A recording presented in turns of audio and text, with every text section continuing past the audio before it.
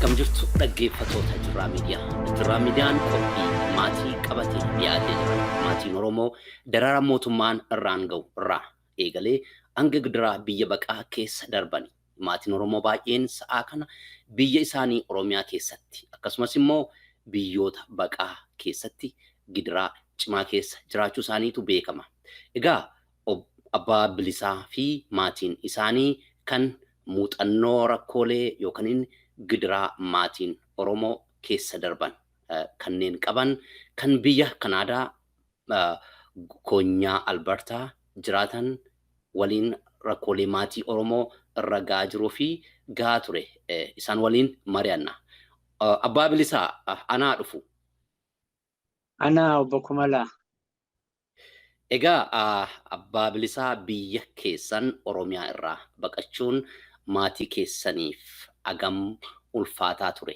Akkasumas immoo maatii Oromoo kamiifiyyuu biyya ofirraa baqatanii biyya baqaa akkasumas immoo achi waggaa baay'ee biyya baqaa jiraatanii gara biyya sadaffaa yookaan biyya dhaabbataadhaan jiraatan keessa deemanii jiraatanii mee kan maatii keessanii qofatamtanii maatii Oromoo akkuma waliigalaatti agam ulfaataadha yookaan immoo ni salphataa ni ulfaataa akkamitti ilaaltu Abbaa Bilisaa? Galatoome obbo Kumala sagantaa kanarratti hireenaa kennitee naaf heeruu keetuu fi maatiin kamiyyuu addunyaa kanarratti namni mana isaa irraa dirqiidhaan humnaan roorroon irra gahee mana isaa qe'ee isaa irraa bayu buqqa'u rakkoo adda addaa keessa darbaa. Rakkoon kun inni tokkoffaan qe'ee isaa irraa namni yoo bahu waan qabu dhiisee bahaa. Yeroo baay'ee otuu ittiin qophaa'in lubbuu baafata fa'aaf deema.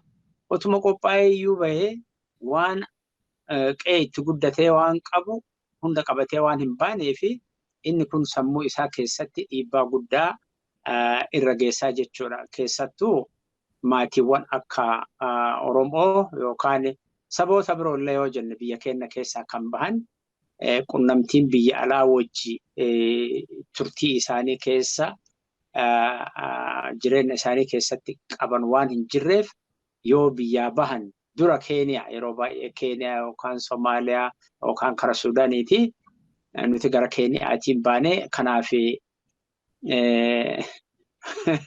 wanni an qabadhu gaafuma duraan moyyaalee ce'eetiin jedhe tokkoffaa dhokadheetiin uffata jijjiiree uffata ittiin hin beekamne uffadhee waan ce'eef yoo gama bahu poolisii keenyaaf furdaa kanneen argina. Akkanaaf furdaa kana biyya keenya keessa hin baay'atu. Isaan xiqqoo sammuu kiyya maali jarri kun akkana ka furdatan jedhee yaada na fudhate jechuudha. Manaa hoo bahan namni waan baay'ee keessa seenaa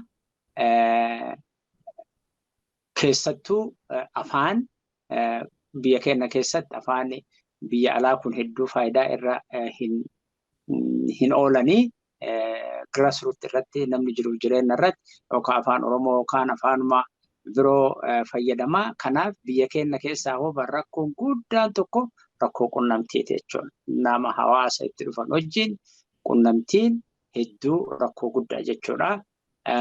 Kanaafi ol bulii ofii jiraachuudhaaf tattaaffii godhu irratti sakaala guddaa kana hin jedhamne maatiiwwan Oromoo yookaan maatiiwwan biyya Itoophiyaa jedhamu kana keessaa sababa adda addaatiin bahan irra gaha jechuudha. Kun haga biyya sadaffaa dhaqanii biyya lammaffaa keessa darbanii haga sadaffaa dhaqanittu waan nama irraa hin cinne maaliifi haalli biyya keenya keessatti stagnanti kan ta'e socio-economic developmentiin isaa baay'ee rincicaa fi kan guddina hin agarsiifne waan ta'eef sammuun nama keenyaallee dafee raashinaal ta'ee haala wajjin wal simuun hedduu rakkoo guddaa qabaa. Kana jedhamee hin danda'amu. Gaamee yoo gaaffii kee keessa itti dhufne irratti mari'achuu hin dandeenya. Galatooma.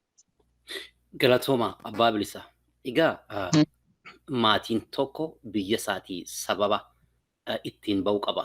Jaalateetii miti jechuudha. Qe'ee qe'ee abbaa qe'ee haadhaa keessayyuu Oromiyaa biyya isaa jaalatu rakkoo dirqiidhaan isa baastutu jira.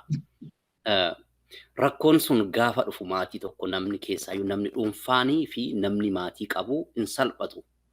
Akkaataan itti deemamu rakkoon keessa darbamu gargari. Isin maatiidhaan biyya keessan irraa baatanii akkasuma maatiin tokko akka saayinsii hawaasaatti dhaabbanni inni jalqabaa maatiidha jedha. Family is a primary institution jedha. Institutioniin kuni gaafa bittimee ijoollee qabee wal qabee qe'ee ijaarrate gallakkisee gaafa ba'u inni ulfaata. Displacementiiin sun yookaan buqqa'insi sun deemuun qe'ee irraa deemuun suni hagam maatii keessan irratti dhiibbaan inni fide ijoolleen barnoota dhiistee deemuun jiruun isin qabdan jiruun haati manaa abbaan manaa qabu san hunda gallakkisanii deemuun hagam ulfaataa ture.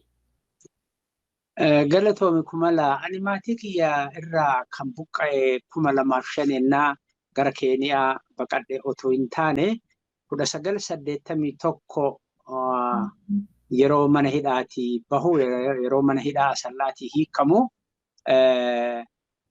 maatii kiyya wajjin jiraachuudhaa fi hiree hin arganne IDP ta'eetiin jiraataatiin ture jechuudha. 1981 irraa ji'a fulbaanaa irraa kaasee haga 2005 maatii kiyya waliin yoo wanni hajaan jajjabduu wayii jiraat galgala dhaqee hoggaa keessa gaaf takka yookaan gaaf lama dhokachuudhaan ganama bahee deemaa jechuudha. IDP ture jechuudha maatii kiyya wajjin ijoollee kiyyallee dhugaa dubbachuu fi irra caalaa maatii kiyyatu abbaa fi haadha kiyyatu naa guddisee 2005 keessa ammoo 2005 keessa it was very high time baay'ee riskii guddaa ture cineen nadheetuma otoo turu naannoo Shaggar jiraataa ture naannoo Sandaafaa laga daadhii kana jiraataa ture rakkoon gartee mana hidhaan buustu odeeffannoo waan argannee fi mana hidhaa galee durallee waan beekuu fi daraaraa isaa probably hidhaa qofa hin ta'u lubbuu kiyyaafillee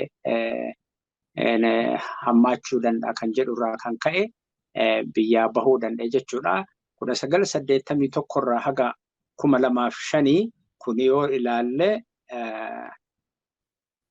waggaa gara 16 jechuudha. I was like an IDP internally displaced person waan jedhamu kana akkasitti jiraataa ture naannoo Baaleetiin ture. Kanaaf maquma biyyaa bahee jedhama malee akkuma waan maatii kiyya waliin hin jirreetti durayyuu jechuudhaaf. Egaa dhugaa dubbachuu fi salphaa miti. Biyyi suni dhufaa darbaa maatii Oromoo adda adda baasuun rakkoo siyaasti biyya sanaa jaanjaa jiraachuun dhiibbaan suni maatii Oromoo keessaayyuu facaasuu qe'ee irraa buqqisuun beekamaadha. Agammaa sirnoota dhufaa darbaa. Mee baqattanii biyya keessan erga baatanii egaa biyya baqaa Keeniyaa akka turtanidha. Jirra Midiyaan kan odeeffate. Keeniyaatti agam maatiin ammas jiruu fi jireenyi baqattummaa gidiraan biyya baqaa kaampii baqataa jiraata. Baqataan baay'eeni akkasumas immoo kan magaala keessa jiraatu inni jira. Mee achitti akkam ture maatiin rakkoon biyya baqaa? Uduu gara Keeniyaa hin dhufne waggoottan biyya keessatti IDP tureetiin jedhe suni 16 uduun taane waggaa 24 2081 irraa haga 2005 waggaa 24 kana keessatti bakkoota adda addaa Oromiyaa keessa yeroo jiraadhu faayidaan an argadhe maali? Ummata kiyya bal'inatti baradhee ummata Baalee Koonyaa Gildhiir, Koonyaa Dalloo Bunaa, Koonyaa Mandooyyuu akkasumas Harargee haati manaa kiyya Harargee Diradhaa hojjetaa waan turtee fi Oromoo bahaa wajjin hidhata walitti godhannee achi boodas ammoo Oromoota naannoo Amboo jiran wajjin michoomina guddaa qabnaa ture. Waan hedduu seenaa kiyya keessatti hin daganne waan jajjaboo dalagnee jirra. Inni sun IDP haa ta'u malee Oromummaa irratti sanyii Oromummaa sanyii bilisummaa Oromoo facaasuudhaaf carraa guddaa naa kenneetiin ture. Yoomiyyuu waan dagadhuu miti jechuudha. Erga Keeniyaa dhufeen booda ani dura ofii kiyyaa Keeniyaa deemuu danda'ee maatiin kiyya boodatti hafanii yaadallee hin qabanii turan. Isaan illee akka bahanii barbaanne. Anillee anumtuu giddiinatti ta'eeti. Kanaafi ciniinnataniituma biyya turanii boodarraa haraasmentiin adda addaa yeroo hedduu irra gahaatiin waan tureef isaanillee waggaa 2 booda 2007 keessa na hordofanii dhufan jechuudha. Lubbuu fi baafatanii. Erga dhufaniin booda Naayiroobii keessatti salphaa hin turre kaampii deemuun dirqama kaampii akka deemu waraqaa UNHCR irraa fudhadhe. Haa ta'u ammoo hawaasni Oromoo kan Naayiroobii jiru kaampii deemuu hin qabdu. Haalli kaampii jirullee securityfillee hamaadha. Mootummaan achi keessaa namoota ukkaamsaa fudhataa jedhanii Keenyaa akka turu waraqaa erga fudhadheen booda deebi'ee warra hogganoota UNHCR itti himachuun narra ture. Homaa si godhuu hin dandeenye waraqaa fudhatteerta jedhanii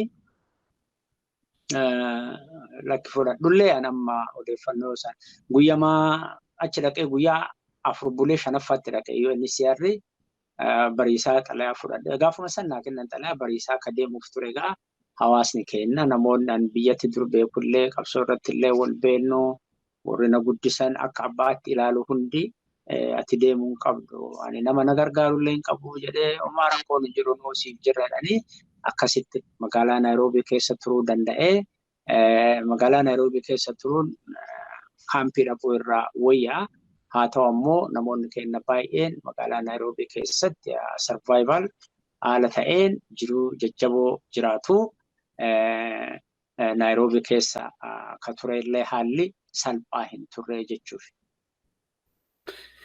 Egaa Abbaa Bilisaa Naayiroobii keessatti baqattoonni yoo gabaasanii keessaayyuu Keeniyaa keessatti baqattoonni biyya sana jiraatanii dararri ammallee poolisoota biyya sanaatiin akkasumas immoo ergamtoota mootummaa Itoophiyaatiin yookaan qabamanii deebifamuu yookaan immoo achumatti akka hidhaman mirga dubbachuu fi mirga wal ga'uullee biyya sana keessatti namni mirga sana akka dhabaa jirudha akka dhabaa turedha kan dubbatamu. Maal argitan yeroo achi jiraatanitti namni bilisaan socho'aa biyya sana keessa ammas Oromoon biyya isaarra jiraachuu dadhabee bahee immoo biyya lammaffaa irrattis mirga akka barbaade wal ga'uu akka barbaade dubbachuu dhabuun maaltu ture mee? Naayiroobii keessa jiraachuun ani karaa lamaatti fudhaa. Tokko maali faayidaan Naayiroobii keessa jiraachuu hoo jenne ummanni sun tattaafatee bulaa. Ummanni sun akkamitti akka ifaajanii bulan nama keenyaaf barnoota guddaa waan baay'ee irraa bara namni keenya. Gara kaaniin ammoo haalli tikaa biyya sanii hedduu ulfaataadha. Poolisiin biyya sanii illee deebi'aa ammoo namnumti uffata poolisiin illee tokko kan uffata uniformii uffatuu fi kun kanuma uffata biroo uffatee uffata siviilii uffatee nama adamsutu jira.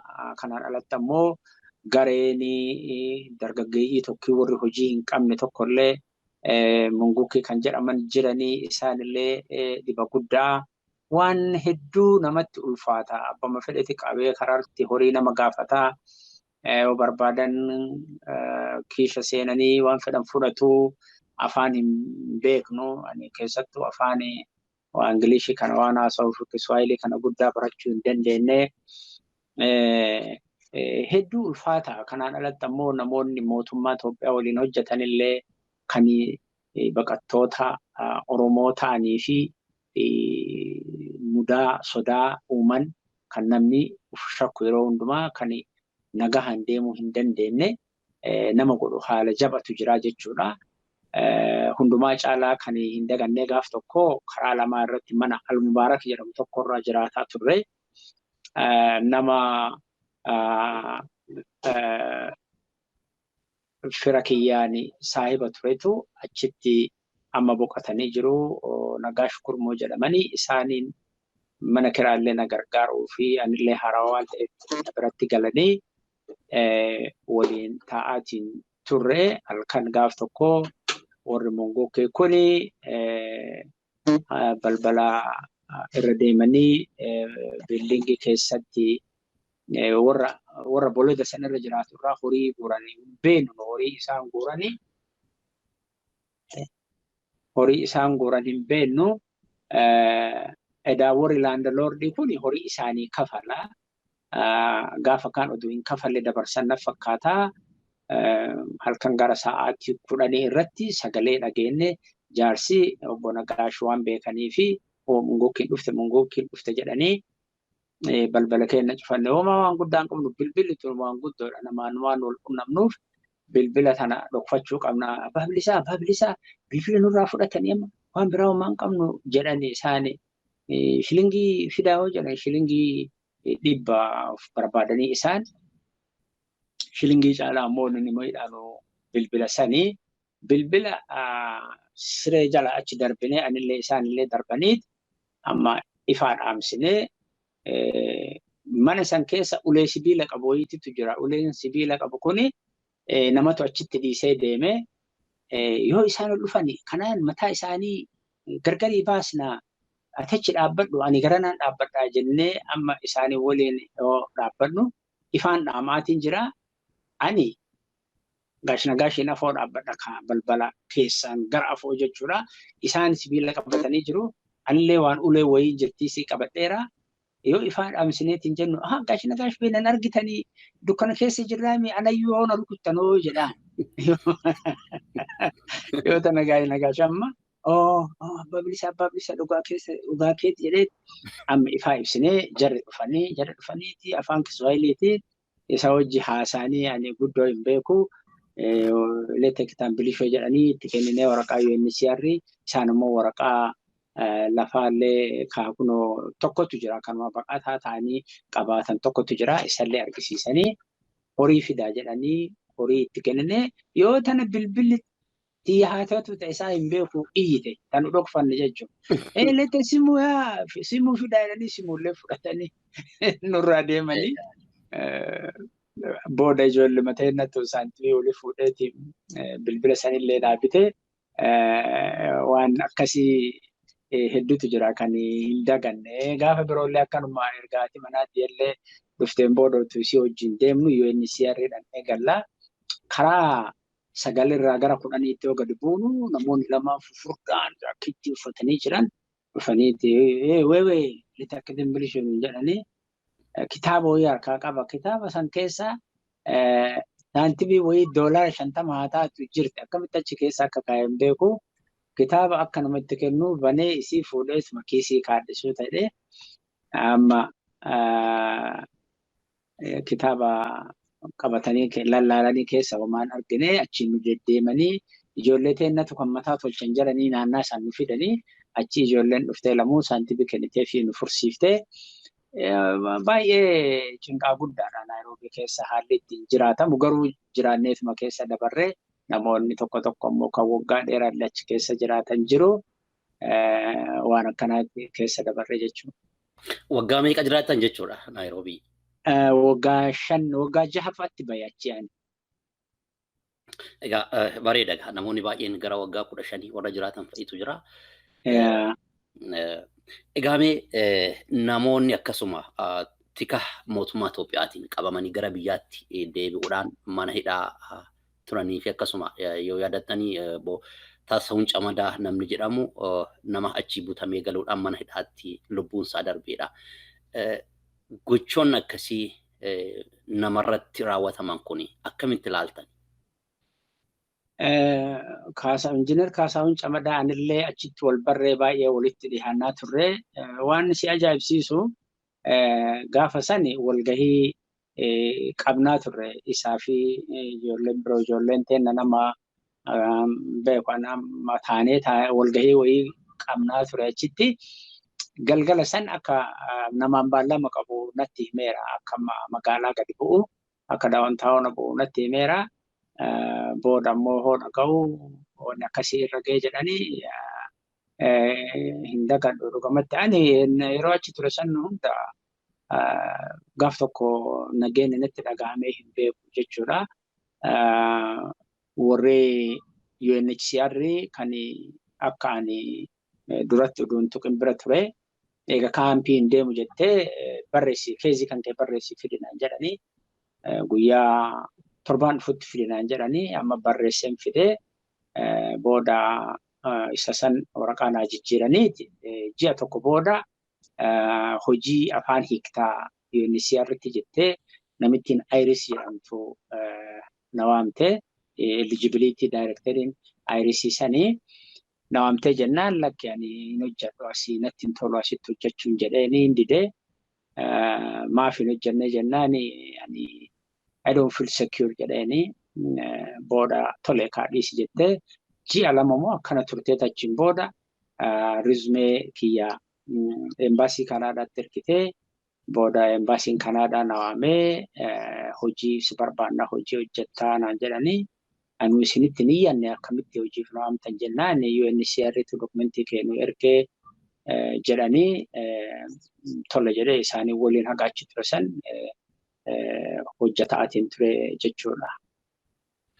Tole egaa gaariidha Abbaa Bilisaa. Egaa Naayiroobiidha ammas biyya sadaffaadha namni baqataan baay'een maaliif biyya sana jiraachuun nageenya namaatiif nageenya maatiitiif baay'ee amansiisaa waan hin taaneef achi ammas gara biyya fagoo biyya sadaffaa deemee namni itti jireenya dhaabbataa jiraatudha kan barbaadu. Sana jechuun egaa ammas maatiin bakka qubatee ammas ni deemaa jechuudha itti fufaa jechuudha. Achillee deebitanii biyya sana gallakkistanii deemuun barnoota ijoollee irratti maatii irratti hagam dhiibbaa qabaata ture.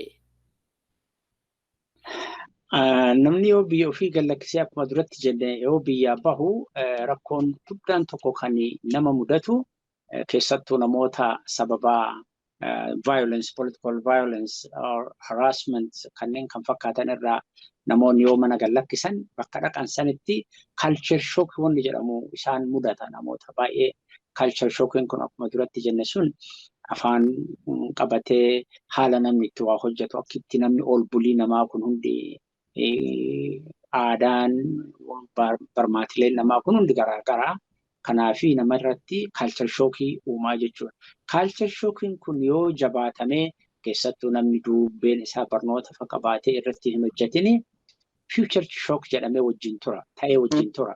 Future shocking kun ammoo traumaa itti uumaa, stressii qabaataa, depression namarratti uumaa, namni rakkoo fayyaa adda addaa argataa jechuudha. Kanaaf biyya keenya keessatti hojii hojjechuun yeroo baay'ee yoo namni akka waan self employed ta'ee kana suuqii namaa fa'aa namni akka ijoollee kun faraasii achi fiiganii yoo jiraatan malee hojiin biroo kaa'adamu hin jiru. Hojiin akka amma yookaan ijoolleen biroollee kan Oromoo embassy wajjin UNHCR wajjin hojjetaa turan kun yeroo takka waan argamu hojii yeroo hundaa argamu miti waan nama baay'eellee hirmaachisuu miti. Kanaaf namni yoo manaa bahu completely distress keessa jiraataa jechuudha. Hamileen isaa cabee yaaddoon biyyaa isa qabatee buututee ijoollummaan yoo dhaqeetiin jedha waggaa 3-4 keessatti arriin irraan garagalee dhukkubsataa ta'e akkasitti jiraataa jechuudha. Coming to the third world, to the third country, biyya sadaffaa keessa yoo dhufan ammoo ammas waan wayyaa'utu jira akkuma kana ammoo wanni hammaatu hin jira jechuudha. Ijoolleen xixiqqoo ta'an barnootaa fi salphaa ta'uu mala. Wanni immoo namatti ulfaataa maali? Akka maatiin keenya ijoollee itti barnootaaf tajaajilutu murteessaadha jechuudha. Namni keenya yeroo baay'ee yoo biyya bahu waan hojiitu ija afoo hojii waan jedhu survival jireenya waan ta'eef dirqama. Biyya keenya keessatti ammoo aadaan hundee barnootaa kunillee waan xiqqaa baay'ee xiqqaa waan ta'eef namni waanuma ol bulii kanatti tattaaffii godhaa. Ijoollee isaatiif illee keessattuu keenya keessatti aanjaan barnootaa baay'ee mishallee egaa maatiin irratti xiyyeeffannaa godhee waan irratti hojjetu qabu. Kanaan alatti amma public school yoo fudhannee jennee yeroo baay'ee ijoolleen baay'ee tokko keessa barataa hordoffiin yoo hin jiraatinii oolaniituma galuu hima waa baratu. It's better than actually waan garaagaraatiin yoo ilaalu. Haa ta'u ammoo barnoonni ijoollee yoo biyya sadaffaa kana dhufanii irra caala complicated ta'a. is very challenging. Maalii fi barnoonni biyya kanatti kennamu mootummaan nama ofii barsiifata malee hordoffiin kan abbaati jechuudha. The family has to focus and give time ijoolleedhaaf yeroo kennanii waan isaan baratan hordofanii mana barnootaa hojii qunnamtii godhaa tattaafachuu qaban. Abbaa Bilisaa maatiin keessanii biyya baqaarraa gara biyya sadaffaa deemee jira. Biyya sadaffaa Canada Alberta jiraachuu jirtanii erga as dhuftanii egaa wantoonni mishaan baay'eetu jira jenneeti kan abdii qabnu. Akkasuma wanti odeeffadheerraa biyya baqaattis maatii keessan ijoolleen aadaa Oromoo afaan Oromoo cimsanii akka qabanidha kan barsiisaa turtanii. Ergammoo biyya sadaffaatti dhuftaniis ijoolleen xixiqqoon illee afaan isaanii aadaa isaanii afaan saba isaanii aadaa saba isaanii tiksuu irratti isin maatiin akaakayyuun akkasumas immoo abbaa taatanii gahee guddaa taphataa akka jirtanidha. Fakkeenya maatii Oromoo kamiyyuu kan taatanidha. Isin qophii kanarratti illee kan isin affeerree fi namni baay'een maatiin Oromoo akka irraa barnoota tokko argatuudhaaf. Mee ijoollee biyya sadaffaa kanatti akkuma jalqabayyuu kaastanii biyyi sadaffaa rakkoo adda addaa qaba. Keessayyuu biyyoonni guddatan kun rakkoo baay'ee qabani ijoollee guddisuu irratti. Isin ijoollee sirnaan qabdanii afaan isaanii aadaa isaanii irratti tursiisuu irratti gahee taphataa jirtanii. Mee maaltu baratama? Oromoon kaan maatiin kaan maal isinirraa barachuu qaba jettanii yaaddu? Galatoomii Kumala waa'ee barnootaa kana hoo kaaste duratti Naayiroobitti illee tuqee ture. Akka tasaa obboleessi keenya tokko biyyarraa Oromiyaarraa kaampaanii Quest jedhamu tokko kan network business qabu yoo qabattu ta'e qabatee keenyaa dhufa. Balamichuma keenya obboleessuma keenya is educated guy tendency business kana qaba inni amala business kana qaba nama jabaa isa kana qabatee hiriyoota biroollee achi waan qabuu fi warra waliin guddatan dhufee hoo jedhu waan hawaasa keenyaa kan yeroo hundumaa waan naquuquu fi maaliif opportunity aanjaa kanatti fayyadamnee maa ummata keenyaa bakka itti afaanuma barsiifnu afaanumaaf computer barsiifnu achumaan waa'ee ummata keenyaallee waa itti dubbannu jenneeti mana wayii kireeffanne amal plaazaa irra hoo qabattu ta'e achirratti kireeffanne volunteer waggaa tokko guutuu barsiifne jechuudha sagantaa sana. Sagantaa sana hagaas dhufne saayimni kiyya tokko ganama roobaa jira maasuma Kanaadaa jira si koonyaa Saskachuun jedhamu jira. Hagaas dhufe natti hima. Bataafuu waan yoo sani jedhanii waan keenya gaafatan beektaa naan jedhe. Maali waan itti mitee maali beekaree jedhama. Inni ka ganama maraa achi dhaqee ganama subii achi dhaabatu hagam kafalanii fi hagam kafaltii hagam argataa ture naan jedhanii jennaan.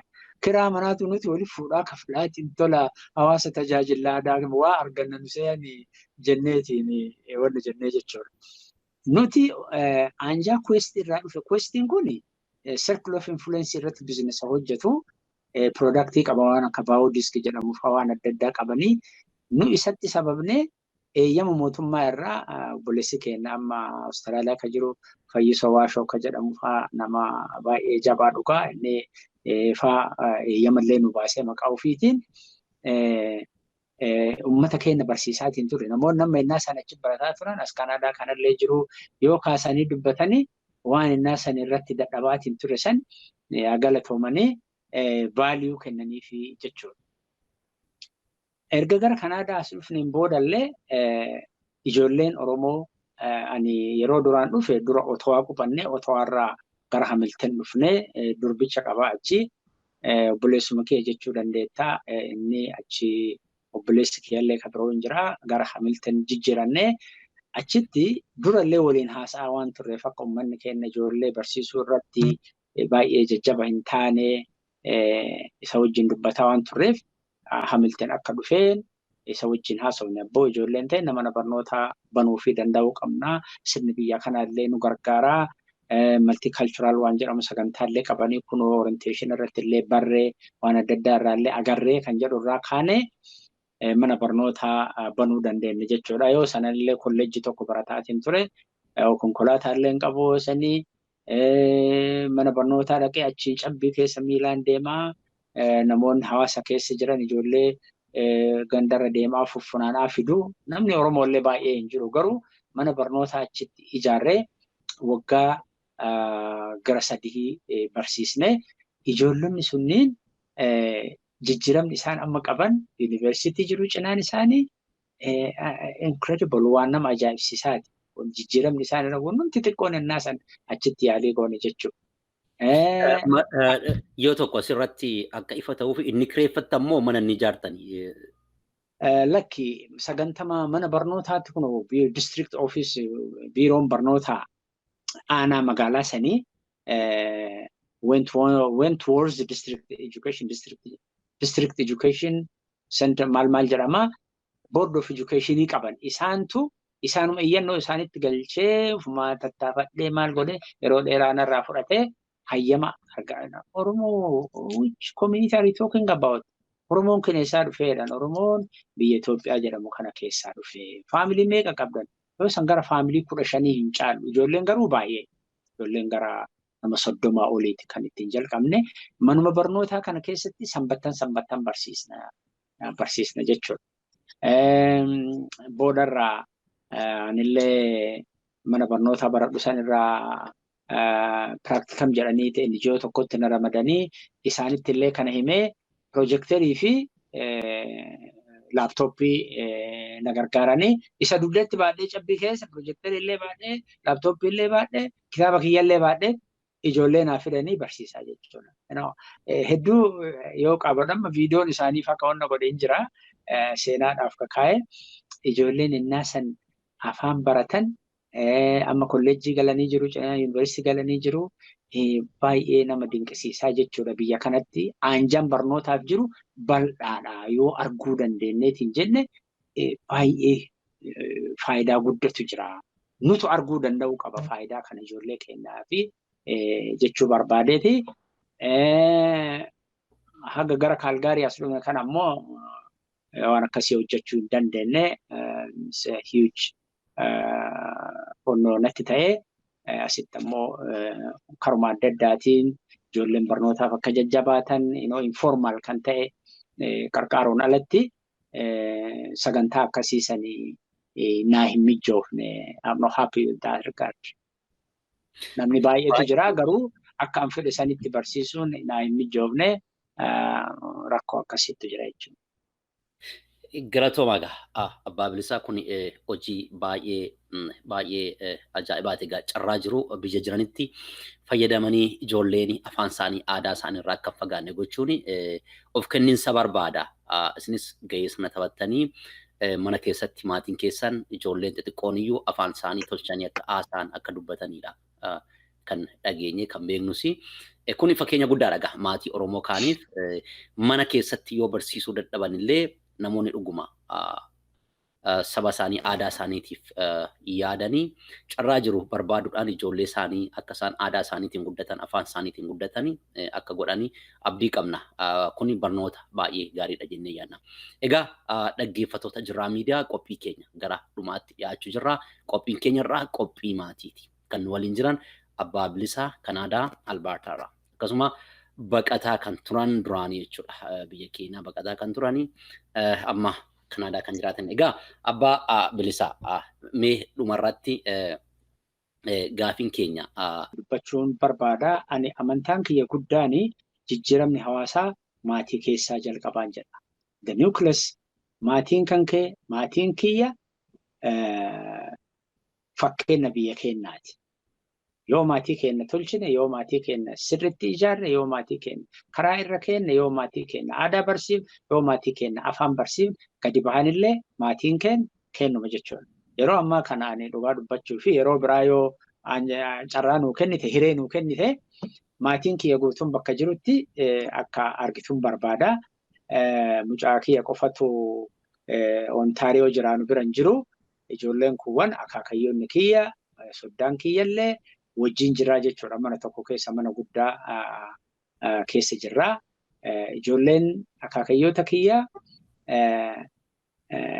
adaadaa isaanii ilaalaan akka isii ta'uu barbaannaa jedhan. Akka adaadaa kennaa barnootaan illee jabduu ta'uu barbaannaa. Afaan Oromoo beekanii akka Oromiyaatti dhalatan jetta malee waan irraa tokko wanna jettu hin jiru. Oduu duriisitti immoo mammaaka beeku akkuma walirraa jala jiraniin jechuudha. Mana barnootaatitti illee ammoo afaan biroollee hin baratu. Wanni guddaan ammoo maali? Jaalala sabummaa, jaalala aadaa, jaalala ufoomaa akka qabaatan, akka aadaa irratti ijoolleen hundaanii guddatan Oromiyaa dhugoomsuuf hundeen isaa, jalqabni isaa maatii. The best hundeen mana barnootaatiif illee manni barnootaa inni dura maatiidha. Barsiisaan inni duraallee haadha. Inni lammaffaa abbaa. Barsiisaan inni ala jiru suni waan nu qopheessine san nu gargaara. Kanaaf keessattuu waan afaanii kanarratti uummanni keenya dhugamatti gaarii jira. Maatiin hedduun gaarii jiranii.